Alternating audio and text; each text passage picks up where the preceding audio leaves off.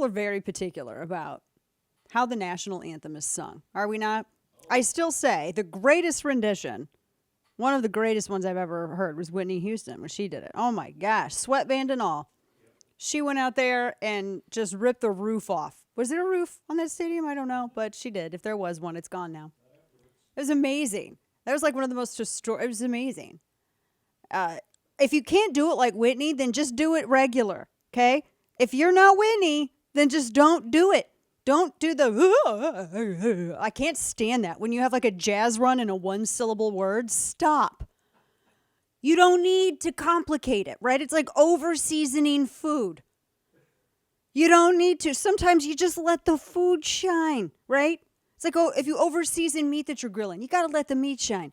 You got to let the melody shine. Now, the anthem is actually one of the most difficult songs to sing. Because all the octaves, all the different ranges, everything else, it's like you have to have a very varied voice. And it's difficult to sing. Beautiful song. And when it's done right, it's stunning, as, Whitney did. Even Chris Stapleton, he sang it. It's Chris Stapleton. He's not Whitney. But he did it in his way while still allowing the song, the melody, and the meaning to shine. It was great, right? So you don't have to have the vocal cords of Whitney Houston. You can still do it your way. But the one way that you don't do it is by trying to butcher it on purpose with different words so that you can make a woke example. And that's what Jill Scott did. She is getting a lot of pushback, which she ought to, because this was ridiculous. I mean, it's sad because of how she did it, but it also is ridiculous because, I don't know, I mean, she's been around for a while. She ain't no Whitney. Oh, I said it. She ain't. And this was her singing the national anthem, but she changed it. She didn't say land of the free. She said blood built this land. Oh, she really redid it. And, well, if you want to listen to some of it. Yeah. Kay made me listen to the whole thing. You did. I did. It's payback. Paybacksies. Listen to this. Whoo, boy. Oh, say, can you see? Okay, that wasn't anything special. You don't need to, turn your head away from that. The blood in the street.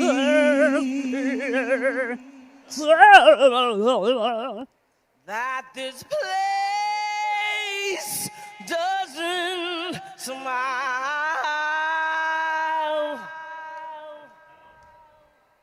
on you, colored child. Jeez. Whose Oh my gosh, and she keeps going. built this land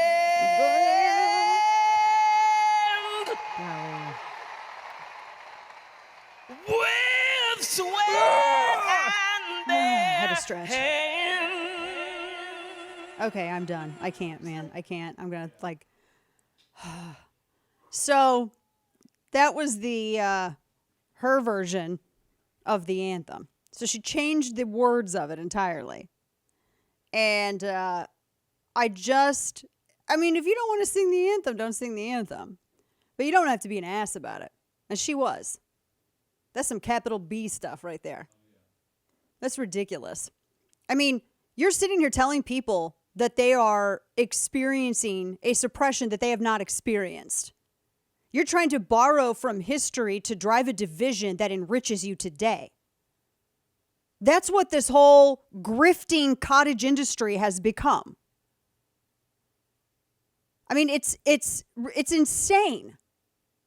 I'm going to tell you what, there's no country that's perfect.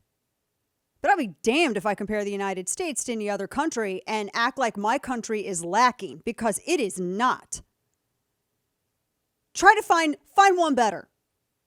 Find one better. My gosh. I mean, at least if you're going to go up and do something like that, good grief.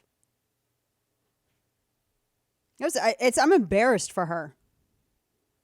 I'm embarrassed for her. And that's just shameful. I mean, she decided to preach division. Preach division. I mean, constantly. I'm so tired of people doing this. And the people that preach division the loudest are the ones that make the most bank off of it. They get the attention. If you preach, you know what? If you preach unity and peace, it doesn't get as much attention. That is something that is with the nature of humanity. And there are actors out there. And I'm talking about performers, operatives, everybody. You got all of these people that it's easier for them to play into the division than the unity because it elevates them. You get to look like you're doing one better. You're pointing something out. You're raising the alarm. The attention is on you. You get to look like the contrarian thought leader when you're just pushing division. Never offering any solutions. Preaching about an oppression you didn't experience. And that wasn't experienced by only one demographic throughout human history. Humanity is just awful altogether. That's why we had to have a savior.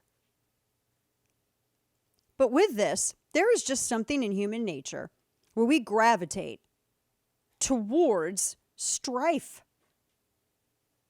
We do.